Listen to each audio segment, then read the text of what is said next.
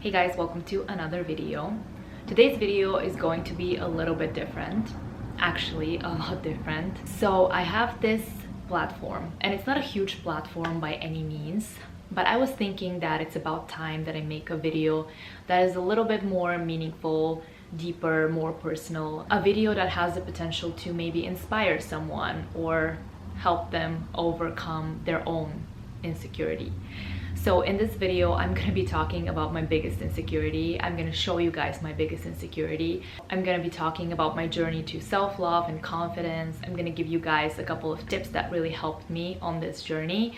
And I hope this video is helpful for you guys. So yeah, let's get started from the beginning. So what I'm talking about is my scar. When I was 6 years old, or maybe a little younger, I had a heart surgery. I was born with a septal defect, which basically means a hole in your heart, a hole in the wall between the chambers of your heart.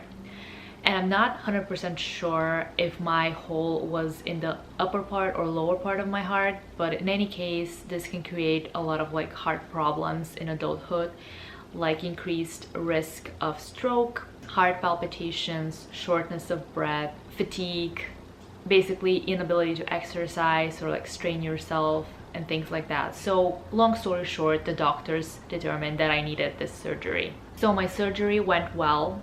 I've been healthy ever since then, just led a completely normal life. But the surgery left a really big scar. So this scar takes up almost the entirety of my upper body, right between my breasts.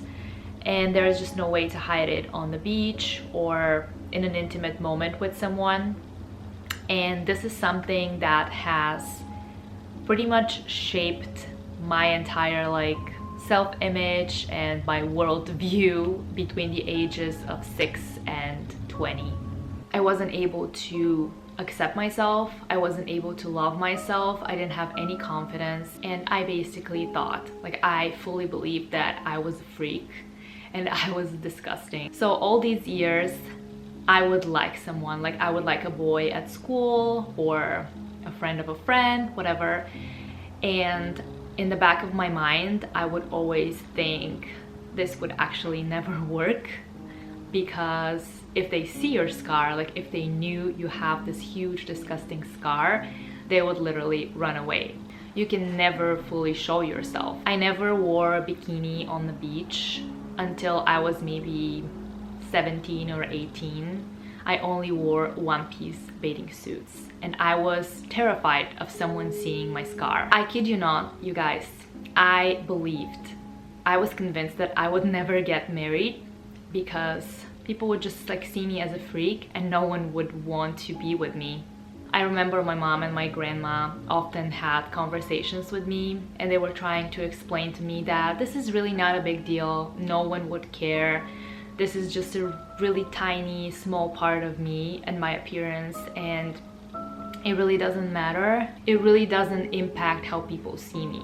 But I was thinking, they just love me, they want me to be happy, so they want me to be delusional about myself. They don't want me to realize the truth that I'm actually a freak and no one would want to be with me. So they're just lying to me, basically. And this is not a joke. I truly believe that as a teenager, pretty much my whole teens. I can't tell you guys how many ointments, creams, balms I've tried that were supposed to help me remove my scar or minimize it. But my scar is just so deep and so big, it was just impossible for these things to work. So at one point, I was actually able to convince my mom to take me to a plastic surgeon and explore different ways, if there are ways that I can get rid of my scar. So we actually had a couple of consultations, and the plastic surgeon said, yes, there is a way, there is a procedure that can remove scars, but in whatever percentage of cases there are complications, and the scar can actually get bigger and more inflamed, and it's gonna look much worse, basically. And this was my biggest nightmare, as you can imagine, so I decided against the surgery. Okay, it's now many years later. I am 30 at this point, and so many people have seen my scar.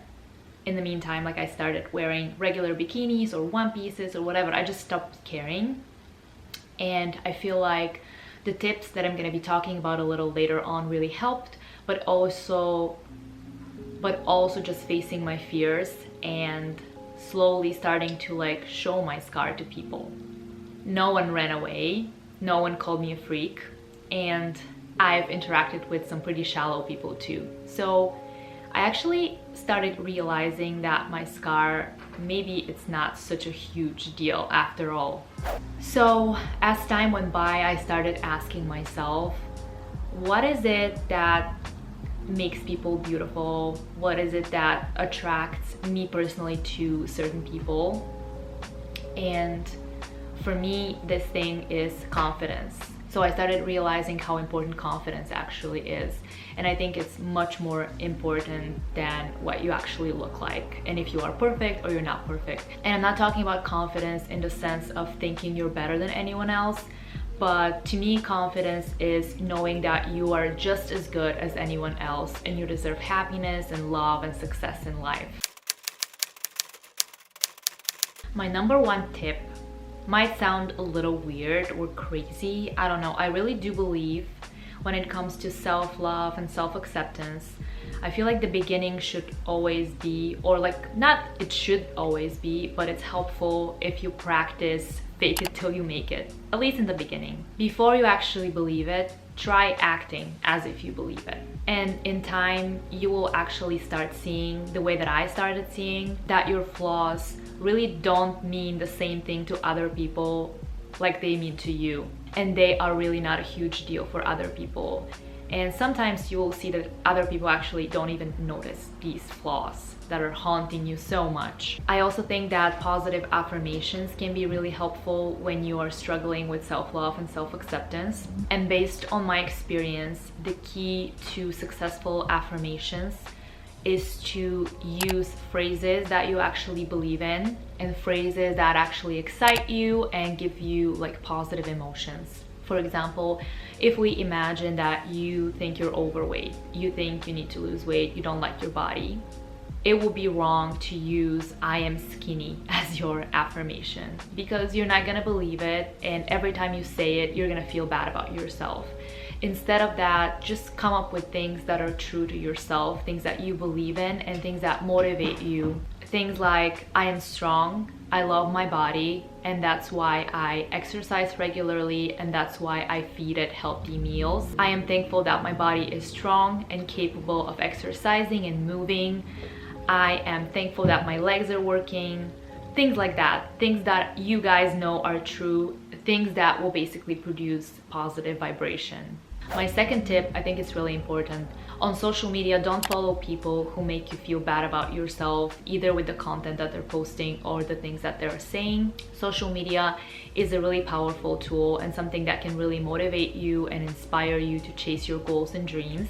But it can also make you feel horrible about yourself and just show you things that are very unrealistic, very unattainable, and these things can make you really miserable and just make you feel really down. Thankfully, we can tailor our experiences. We have control over what we see, at least a little bit, so take advantage of that and just try to create a positive space for yourself on social media.